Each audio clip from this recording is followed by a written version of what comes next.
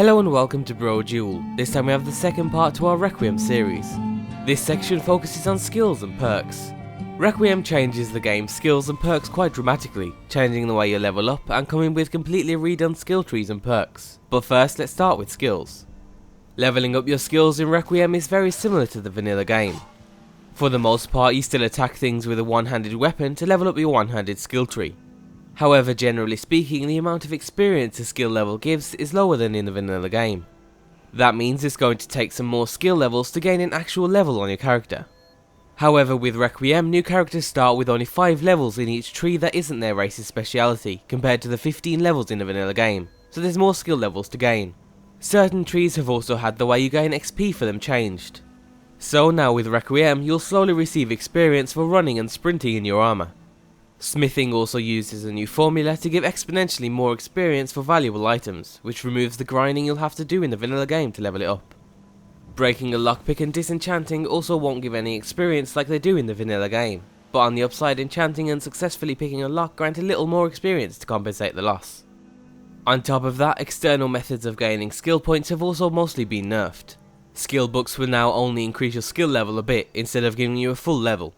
Trainers have also been halved in number and the amount of experience they give lowered. All of these changes were made to enhance the idea that with Requiem, perks will have much more of an impact on how skilled your character is.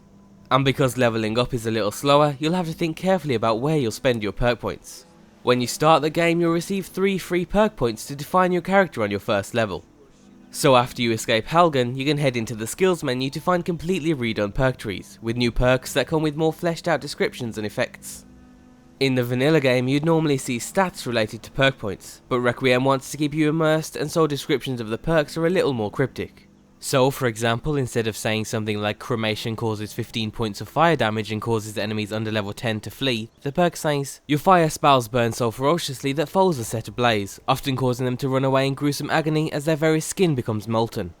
The new descriptions work great for roleplaying, and we think it's a fantastic addition. The huge effect some perks have is undeniable, and you'll absolutely need at least one perk in some of the trees before you can reliably use anything related to that tree. For example, armors will drain your stamina for just wearing them if you don't have the right perks. It makes wearing heavy armor so impractical that you'll absolutely need to spend one of your first 3 perk points in the heavy armor tree if you want to start the game with some heavy armor. The same goes for most of the other trees too, like enchanting, lockpicking, blocking and sneaking. Basically, any skill that a regular Joe wouldn't have won't be feasible on your character until you invest a perk point or 2. In general, the new skill trees and perks work in a way that makes jack-of-all-trade characters a much harder thing to accomplish. Most trees have also been broken down into multiple paths where necessary. For example, the one-handed perks make the difference between swords, maces and axes much more noticeable with the addition of extra swing speed and armor piercing. The same goes for the speech tree, which is now broken down into the normal speechcraft tree and another line that'll improve your character's skill in shouting. The magical trees are also unique in that as you unlock certain perks, you'll also have to choose between different spells to learn. The heavy armor tree also lets you take 2 paths, one that focuses on a heavily armed physical character and the other that lets you take on the path of a battle mage. Certain trees, like the illusion tree, split off and then meet back again later, which means you'll need all of the perk points down both lines to unlock the final and more powerful perk. There's so many more unique perks that the mod adds, but we'll let you discover those for yourself in game. And overall, how an overhaul mod changes the skills and perks is always interesting, and Requiem changes are no different. The unique descriptions are also very fun to read, and we really like that you don't exactly know what you're getting before you spend a point.